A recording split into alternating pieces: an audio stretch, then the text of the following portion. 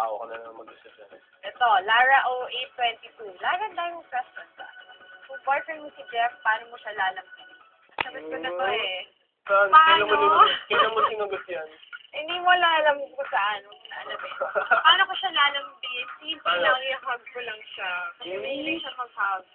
Talaga? Ganun lang. Simple lang. Sample. Hindi na. Bakit? Ayaw mo ka lambingin ngayon? Joke. Makulit si Jeff today. Lagi naman eh. Nakasama ka talaga ako makulit. Alam mo naman yun.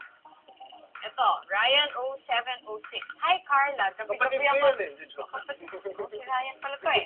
Gabi-gabi ako nanonood ng Rosalinda. At ano ba ang twist sa Rosalinda in the coming week?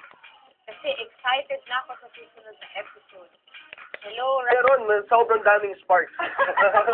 Kasi lumiliyab. Hindi lang sparks, sunog, bonfire. Joke lang.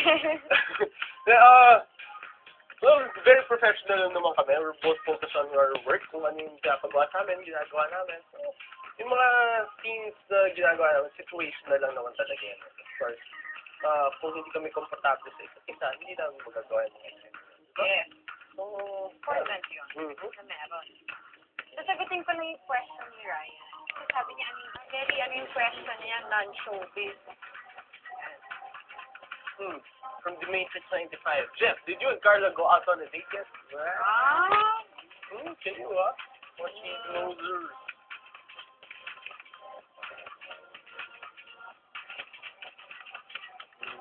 Yes, sagutin natin.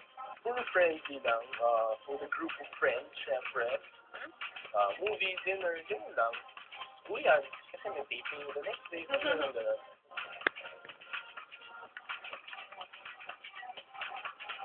Sabi na, hindi na ako Ako, nakakahapon. bilis nga.